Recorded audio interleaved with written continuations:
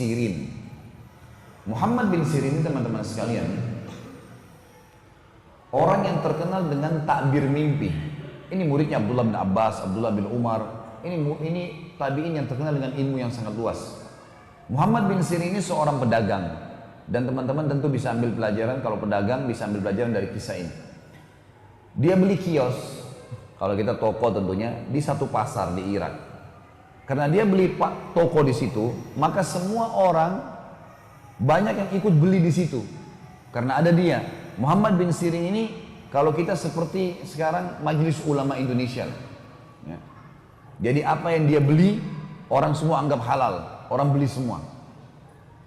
Orang juga banyak beli toko di sebelah dia, karena tahu kalau ada masalah agama tinggal tanya. Kalau ada yang salah ditegur sama Ibnu Sirin. Dan ternyata pedagang-pedagang partai dari luar Irak, kalau datang sering datang ke pasar itu, nawarin ke Ibnu Sirin. Ini Ibnu Sirin barang saya misalnya. Orang-orang pasar nunggu, Ibnu Sirin beli, maka mereka beli. Dan Ibnu Sirin pun kalau sudah beli dengan modal berapa dirham, nanti Ibnu Sirin naikkan harganya, orang pasar tetap beli, walaupun Ibnu Sirin ambil keuntungan. Yang penting sudah lewat sensornya dia nih. Ini majelis ulama, dianggap dia satu orang sudah cukup untuk memberikan fatwa. Ringkas cerita teman-teman sekalian, pernah satu waktu ada seseorang datang menawarkan keju dari luar Irak. Keju ini dari wilayah non muslim, banyak sekali, berpuluh-puluh kuda ini, banyak. Ya. Kemudian gentong-gentong besar keju ini. Dibawalah ke tempat itu, tawarkan Ibnu Sirin. Pedagang banyak suka tawarin Ibnu Sirin karena dia ulama besar, tidak mungkin dusta, nggak mungkin nipu. Dan kalau dia beli, orang lain semua beli, berarti pasti laku. Plus juga dia kalau nagih cuma nagih kepada satu sumber saja. Ibnu Sirin nggak perlu nagih kepada orang lain. Tawarkanlah keju. Ini keju Ibnu Sirin. Modal saya sekian, saya akan jual kepada anda sekian. Selisihnya ini, gitu kan? Ada penjualan. Dan anda bisa jual ke orang pasar sekian, dan orang pasar bisa jual sekian, karena harga pasar di luar ini begini sekian, mereka masih punya untung semuanya. Selisih antara harga dia dengan harga yang dia akan jual nanti, itu bisa untung sekitar 40.000 dirham waktu itu, kurang lebih ratusan juta lah kalau kita sekarang rupiah ya. Ini untung langsung cash. Orang-orang pasar semua pada ngumpul di situ, nunggu Ibnu Sirin beli, kita beli nih. Keju makanan pokok orang. Di Jazirah Arab mereka utama makan keju sama roti gitu kan. Maka Ibnu Sirin pertanyaan pertama teman-teman sekalian adalah, halalkah kejumu ini? Pertanyaan pertama itu, halalkah kejumu? Karena Allah suruh kita makannya halal. Halalkah kejumu ini? Maka dia bilang, Ibnu Sirin, kata pedagang ini, keju, susu dikeringkan, kasih garam, jadi keju. Apa masalahnya? Kata Ibnu Sirin, tidak demi Allah. Keju orang-orang non-muslim itu bisa dicampur dengan lemak-lemak hewan yang haram, babi lah, anjing lah, atau apalah, nggak bisa. Kalau kamu sebagai seorang muslim berani bersumpah atas nama Allah menjamin buat saya ini halal, saya pegang perkataanmu dan kau tanggung jawab depan Allah hari kiamat, saya beli semuanya. Kata orang itu, saya nggak berani jamin. Ini sumpah atas nama Allah lalu dituntut hari kiamat, kan nggak gampang itu. Kata Ibnu Sirin, demi Allah saya nggak jadi beli. Orang ini lalu pergi, dia keliling di pasar, rupanya ada beberapa pedagang-pedagang yang kurang imannya, beli akhirnya. Besok paginya, ada satu orang masuk ke pasarnya, tokonya Ibnu Sirin, beli barang, 2 dirham. 2 dirham murah sekali ya.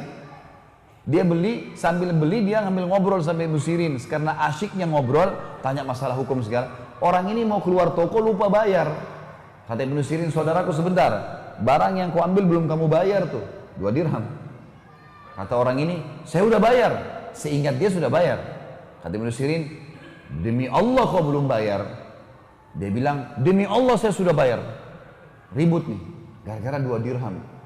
Orang-orang pasar teman-teman pada datang semua. Ada apa wahai Ibnu Sirin?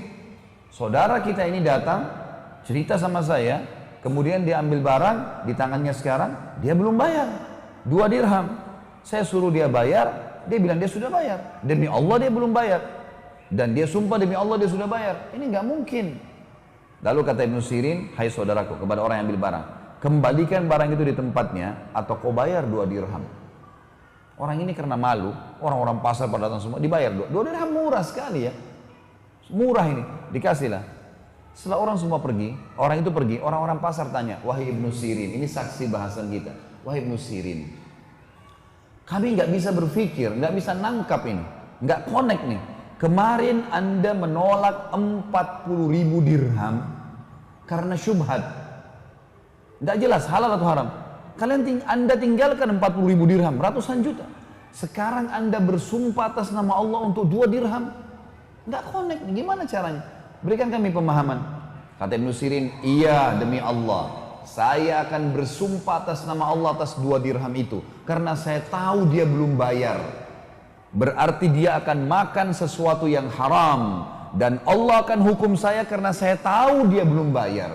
Serta dia juga akan dihukum sama Allah karena makan yang haram. Tidak penting keuntungan bagi Ibnu Sirin. 40.000 dirham haram, syubhat. 2 dirham tadi menjadi masalah, maka harus saya ingatkan. Masalah sederhana ya, tapi lihat bagaimana orang yang sudah mengenal Tuhannya teman-teman, dia hati-hati sekali. Kejadian yang kedua, beberapa hari kemudian datang seorang pedagang madu ke tempatnya Ibnu Sirin.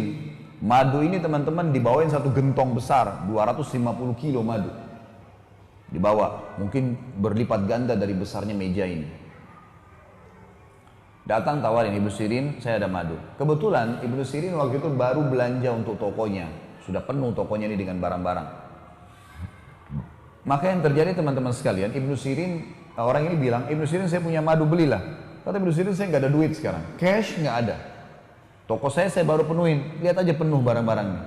Kata orang itu, baiklah, jatuh tempo nggak masalah, 3 pekan. Ibnu Sirin, baik, jatuh tempo silahkan. Sudah, gentong itu ditaruh teman-teman sekalian di situ. Malam hari, waktu mau tutup toko, seperti biasa kita kalau sudah mau tutup toko, Ibnu Sirin lupa tutup gentong madu itu. Ada tutupnya, dia lupa tutup. Jadi terbuka. Besok pagi dia waktu buka toko, ditemukan ada bangkai tikus. Ada tikus kecil rupanya, masuk ke madu itu, melengket, nggak bisa keluar, mati. Di atas madu itu. Gentongnya besar sekali ya, 250 kilo. Tikusnya kecil, mati di situ.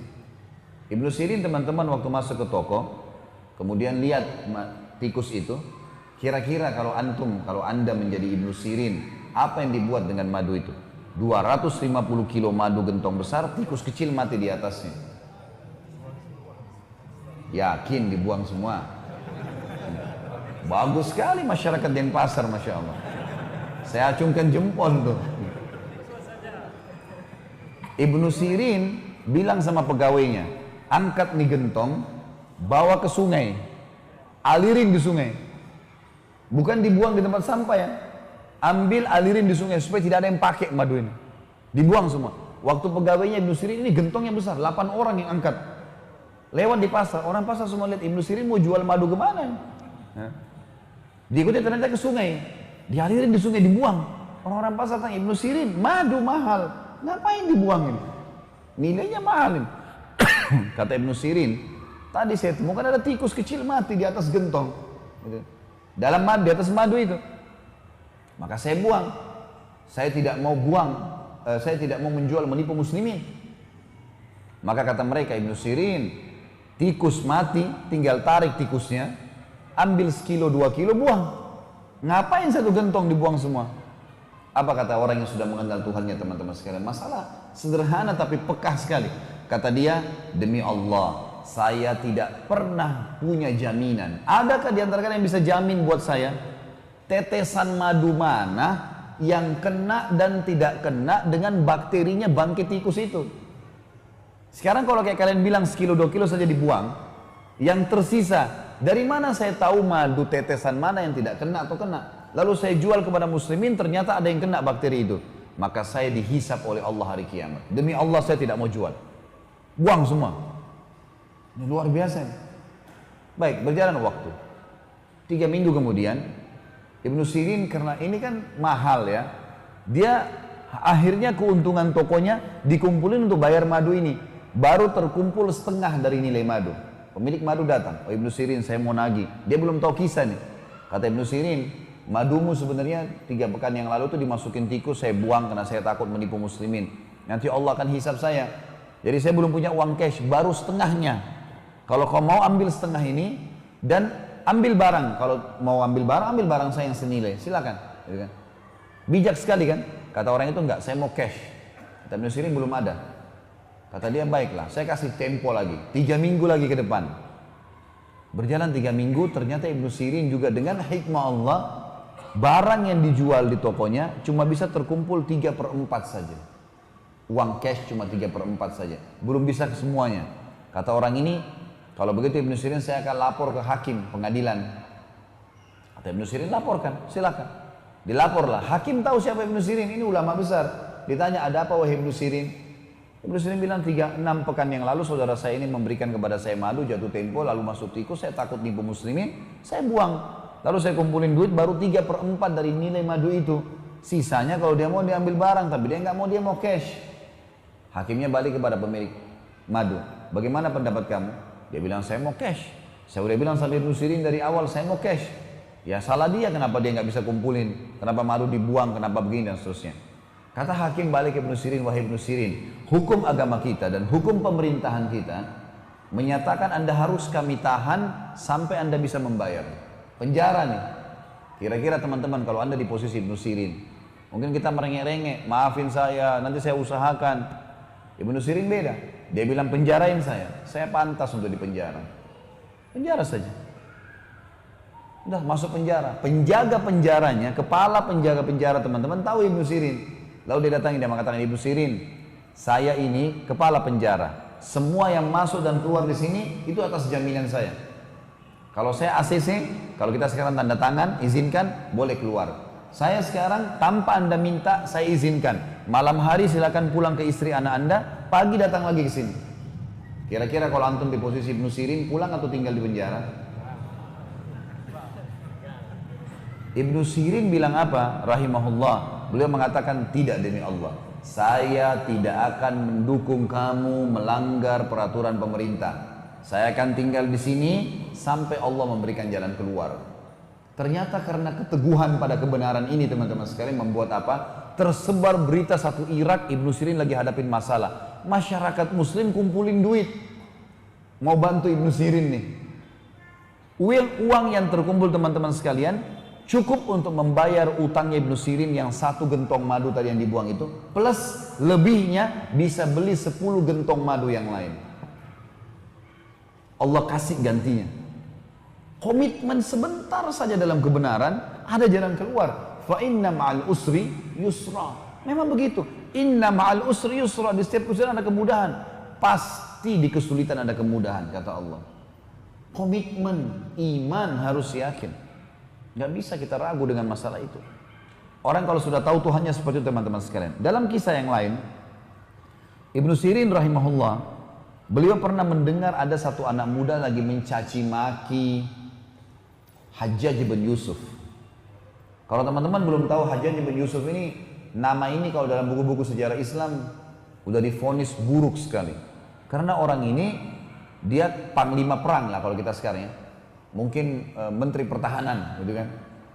Jenderal perang Khilafah Umayyah pada saat itu, tapi orang ini agak zalim. Zalimnya itu kalau ada orang tidak sepaham sama dia dibunuh. Mau ulama pun dibunuh semua sama dia. Gitu kan. Sahabat Nabi dia nggak peduli. Hajjaj ini yang membunuh Abdullah bin Zubair, sahabat Nabi radhiyallahu anhu. Dia yang membunuh di Mekah. Gitu. Habis dibunuh disalib sama dia. Orangnya kejam sekali gitu. Ini kasih cerita teman-teman sekalian.